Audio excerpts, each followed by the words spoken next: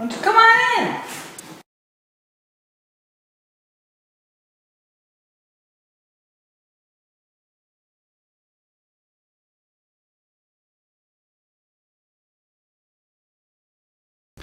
Hi guys, it's me, and of course it is, well, it's the 4th of May, and I'm going to be rehashing briefly, and by the way, the sun's going to be coming in, so I might get a little washed out.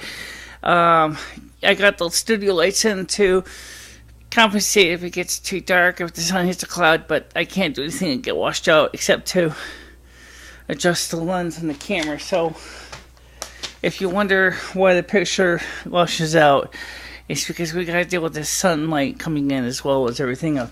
So according to Jonathan Ung, he asked me, I enjoyed your video, Locus of Reality versus Dimensions of Consciousness. Thank you. Can you explain more on this topic? What do you mean by separation from the whole? What are the rules of the road? How do we create, and when does creation begin? Is it driven by our thoughts, our fears, our desires, our feelings? How does co-creation work? What are the limitations in creation? How easy would it be to create a reality that sounds far-fetched? Is there an interaction between other dimensions and the creatures in the creation of our reality? Well, I responded to him in a message, but I'm going to also read to you here on camera as well, and then we'll try to explain if there's any confusion. I responded, that was not one of my best videos. It was quite a hack job, quite honestly. Nonetheless, let's see if I can explain it. The human existence is more than what the average person sees. It is as if we are in this little box. For most of us, that box is four-dimensional of length, width, height, and time. We are not usually aware of the fact that we live in a multi-dimensional universe. Because of this, we are usually unaware of the other dimensions above the fourth dimension. The rules of the road, just as I gave an example of a driver on a highway and how they interact with other drivers. Well, when we interact with other people, we have some rules that we agree on. For example, if the sun is out and the air is warm, most of us would agree it would be a good idea for a picnic or to play outside. We all agree that the leaves are green and that the sky is blue. This is called group consensus. Maybe to you, your sky is brown and the leaves are blue, but more than likely you would agree with the group, as more than one person agreeing makes it seem that it has to be correct. A totally blind person's perception is more abstract to a sighted person, as they cannot see green or blue or anything. I'm talking about the totally blind since birth. The act of creating actually begins, as you said. One comes up with an idea based on what they see. Then they begin the process of making that idea into a reality through the actions of creation. Co-creation is when two or more are working towards the completion of the result of collaboration of an idea. The idea of creation actually is a fifth-dimensional construct. It is one of the most understood of the higher levels of consciousness. We don't really think about it in that way, but to get an idea means you need to examine multiple dimensional concepts of the solution. Let me give you an example of what Lumi and I are working on. We have this old Dell Dimension 2500 desktop. Long ago, the heatsink's clip snapped off. Right now, we are holding the heatsink on with wire and Elmer's glue. Oh, it is kludgy, and the processor has to be throttled down, as Elmer's isn't the best for heatsink grease. We thought of and visualized other ways to fasten the heatsink. Zip ties, bolts through the original heatsink mounting plate, new replacement clip holders. To do that, we have to visualize the different ways, and then we can decide which would be the better choice given the costs and the fact that the built-in video controller is crappy, and thus this makes this a poor machine for X Windows under Linux in accelerated video modes. We are thinking of just getting a new board in the future. There is almost always interaction between dimensions. When we are asleep, we can travel to these alternative dimensions.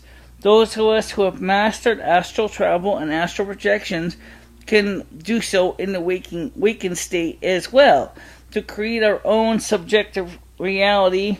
It seems too far-fetched is fairly easy, but because we live and interact with others, we often need to play by the agreed rules of the road, as I mentioned earlier. And I said here, I am going to work on a new updated video to explain this stuff better. Okay, so let's do that. Taking the question that he broke down in pieces here. First of all, I really appreciate that you commented to me, Jonathan. I really do appreciate that. Okay. Locus of reality versus dimensions of consciousness. Everything that we do around the world or in our lives, in most human beings, as I said, see things as 4 dimensions. Okay?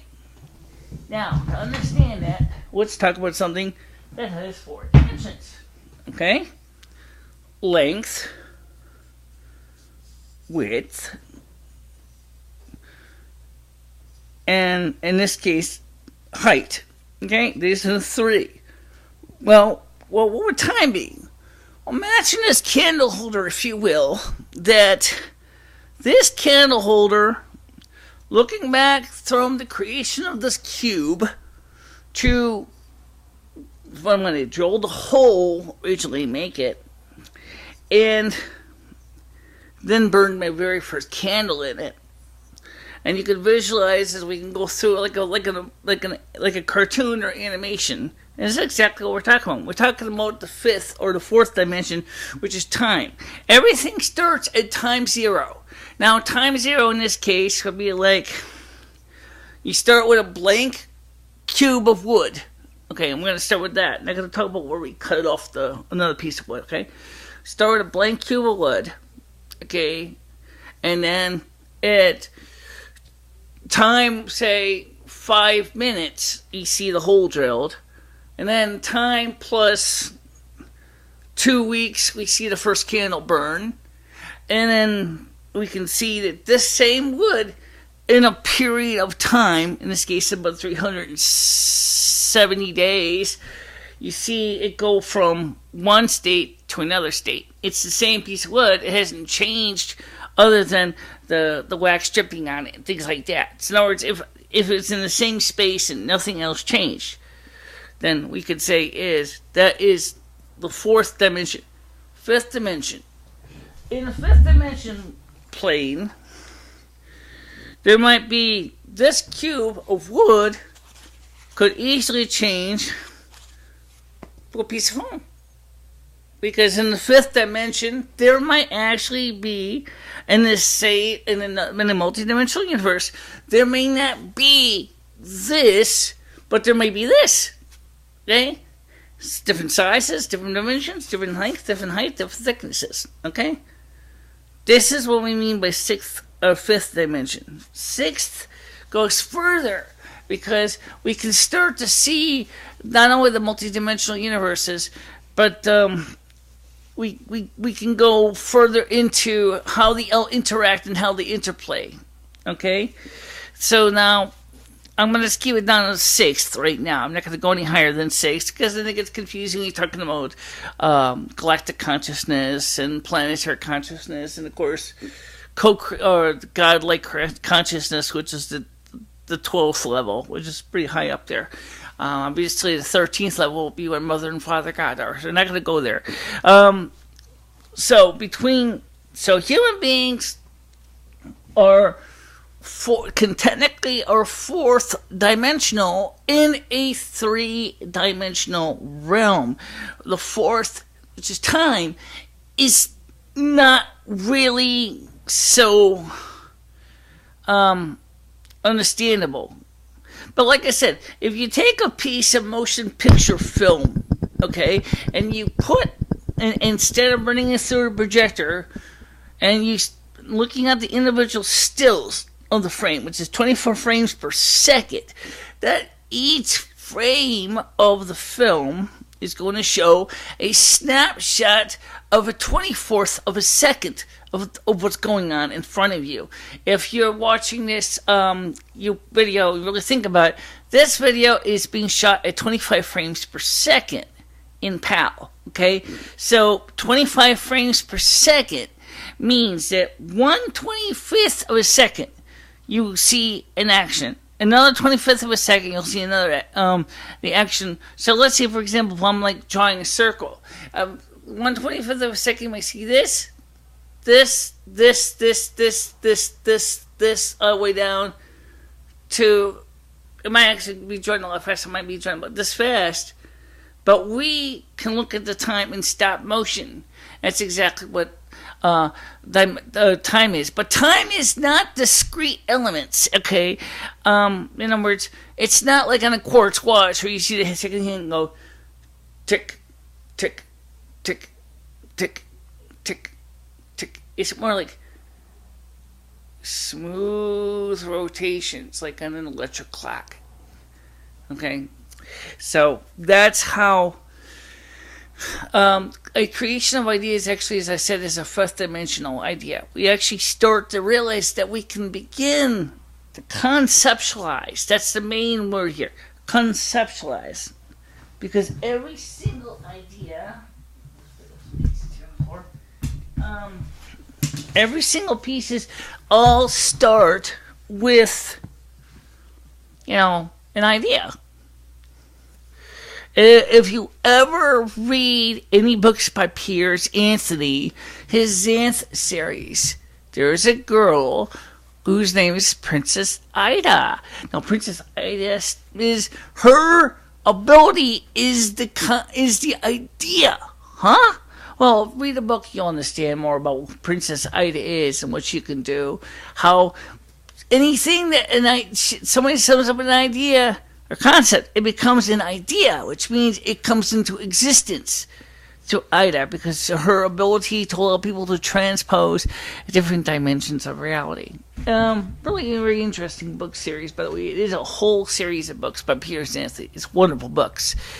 And also, we originally had, it's on the shelf right now. I'm not going to go take it out right. I mentioned about that those flyers, or what dimensions of reality is. The whole point of what I'm trying to get at is the idea of reality, as I said, is subjective. There's no two people see the world the same way. Okay, let's just keep it on the mundane level right now. Okay, we'll leave the higher dimensions of beyond the fourth for another topic. Okay, if, like I said in my video, if I see the sky is brown and my leaves and my trees are blue, but everybody else around me says no, the sky is blue and the leaves are green, that means that because of my eyesight, that my knowledge of the world around me is incorrect. But then again, imagine from the blind perspective for a minute. This is a beautiful example because this is exactly what happens. A blind person who's blind from birth does not have any way of seeing color. They never know what color is. To them, it's abstract. Okay? And when I said, oh, look, the sky is blue, and the grass is green, and the tree trunks are brown, they're going to go, they don't mean nothing to me. They're just, doesn't mean nothing to me. It's just words. I have no idea what that means in colors because I can't see colors. And that's exactly where a blind person's sense of reality, because one of the missing five senses, means that their whole world is around the other four. Okay? Feel, which is touch, taste, smell, and hearing. Now take Helen Keller out. She couldn't see and she couldn't hear. She was only lived on three senses. And Mrs. Sullivan had a double of a time teaching Helen Keller how to interact with these three: touch, smell, and taste. So if Miss Sullivan was trying to show Helen water, she couldn't say in the manual alphabet, "This is water," because it's abstract to Helen Keller. She didn't know what water was. All she knows is, but when Mrs. Sullivan put her hand under the pump as she was pumping the water, and Helen felt the water coming out of the pump head, she said, "Now I understand what I'm feeling is water." Well, what if it was vodka? Well, she probably would know. You probably would notice it feels a little different, or it smells a little different than water, right? So, because she was lacking the sense of hearing and the sense of sight, her whole reality was different. Now, I got a cataract in my right eye. If I look at the world in my right eye, for example, all I see is a giant haze. I can't see everything clear. And in some ways, the world looks almost like it's bisected. It's almost like it's split. But I look through this eye, everything is sharper and clearer, and I can see good. See, the point is because of that right versus left eye thing, my brain has to create its own sense of reality of what it sees. It takes the vision from the bad eye, my right eye, my vision from my good eye, which is my left eye, and then it combines the two pictures as best as it can process it into the world I see in, it's not perfect, but it's pretty much the way it is. And for those of you who don't know, yes, I am an albino, and yes, I am legally blind. And guess what? I'm sorry to say that, okay? A lot of you probably wonder why I do not always read off pages of paper on the printer or on screen. It's because of my eyesight makes it almost impossible. This is fairly normal point type size. This is not super shrunk down or minuscule or lottery ticket size. Okay, this is about 8 points, maybe 10 points. Okay, and the problem is I can't read that far away. If I was to read like this, I couldn't even tell you anything it says. That's because my locus of reality says, for me, I read this, I have to get right smack dab on top of the page. Whereas somebody with 20/20 vision who has good reading ability can probably go, "Oh, okay, I could read it like this, I can read it like this," but then I probably need that's probably because I have farsighted. But for me, I have to read it almost like this. That means that my world I see is going to be a little different than somebody else's world. But we all have agreed that there are some conventions that usually are applied, just like the rules of the road. Which means, for example, like I said about the colors, but also how we behave. For example, we know if we're in a funeral home, for example, and a memorial service, that we're not going to sit there and bring in a big ghetto blaster and try to say, "Hey, let's wake up the dead, man. Let's blast this sucker." We have, again, the rules that say, no, group conscious says this is the time we pay our final respects for the people who have moved to the other side of what is going on. And obviously, you can see the clouds on the sun's behind the cloud again. Okay, so we also agree that we need to, have respect for example, for the elderly and for the infirm. And this is, again, these are the rules of the road, rules of society, as somebody will talk about. Is that you do things based on what you see around you, okay, and based on what the group says is to be this way. Because in order to be a functioning member of society, we have to go by these rules. And I'm kind of, what I should do is I should open this up and stop. Why don't you? Okay, I will do that. So now, actually, one of the things I'd love to show you is how we do these videos, because, so let me just go ahead and make this, open this lens one more step here.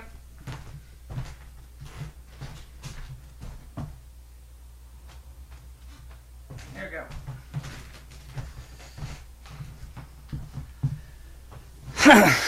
Yeah, that's better.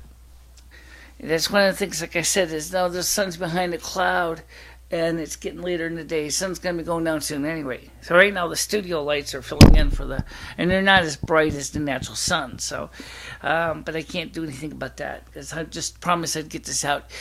So yeah, okay, can we travel to other dimensions? Yeah, we do. Actually, a lot of us do it when we're sleeping. When we're in a sleeping state, that's when our mind is allowed to be for the temporarily unshackled from this husk we call a body. Okay? We don't have to worry about taking the baggage with us. Or spiritual energy, we can go anywhere.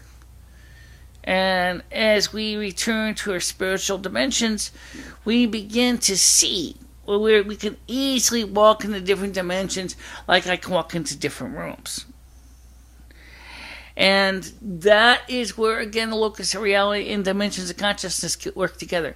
In other words, everything that we see depends on,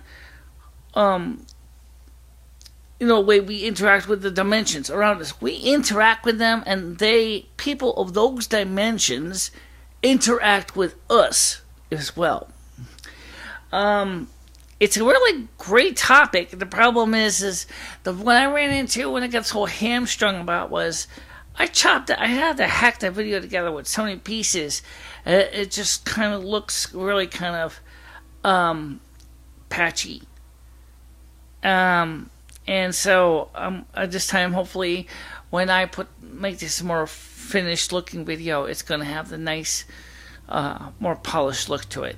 I'm even going to leave that segment in where I was adjusting the camera because I want you to see how things are done here in the video, especially when it's at the time of this spur of the moment.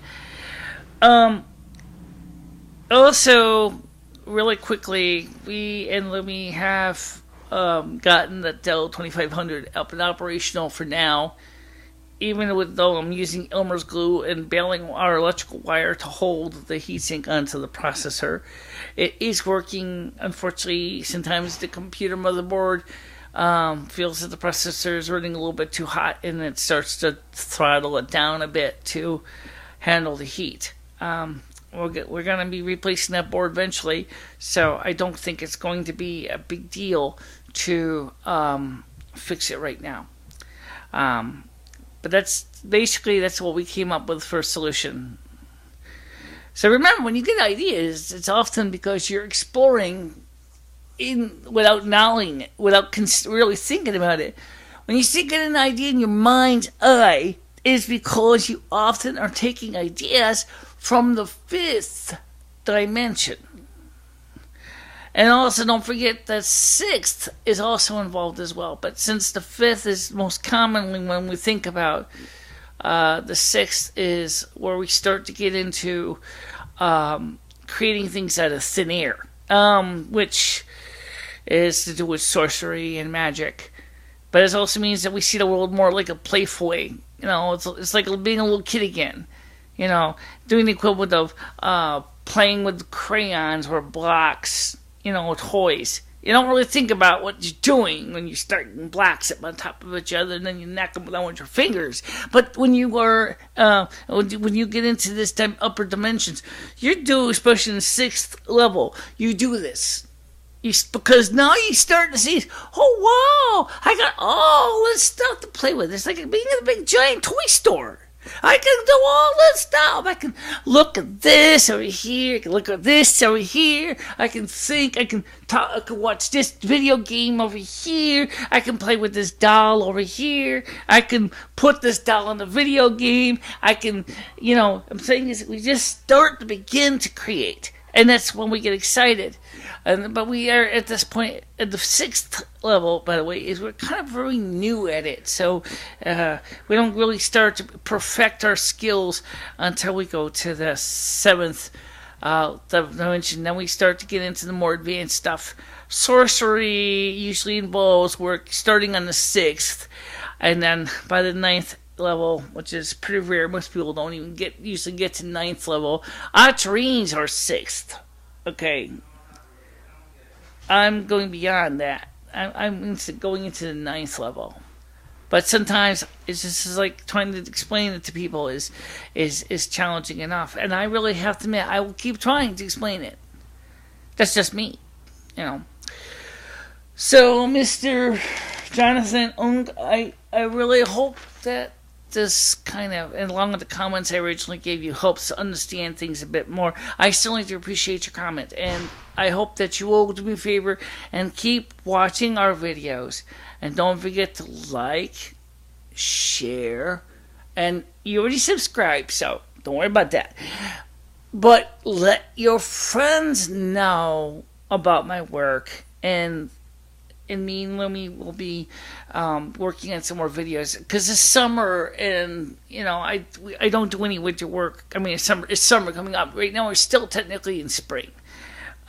This year, temporarily, I'm acting as a spring stewardess, as well as, of course, North American Snow Queen in the wintertime. So I'm kind of working on two things at once. But next year, I will be pretty much just doing winter weather, and then I'll have the other 9 months out of the year to focus more detail on these topics. When I'm not worrying about weather, I can focus on the dimensional travel stuff. So for right now, anyway, I'll talk to you soon. So again, if you want to reach me, you can contact me through this channel here in the comment section. You can contact me through email at bicehela3@gmail.com. You can contact me through Google Voice at 860-469-2821. You can reach me through my TTY service for the deaf, which is you just speak, it has a human operator that types what you're saying, and then I'll get it. It's area code 860-469-4116, and that's one way to reach me as well. I got a whole bunch of other ways. You'll find them in the contact information in the credits that I'm going to put up. And until then, talk to you soon. Bye-bye, everybody.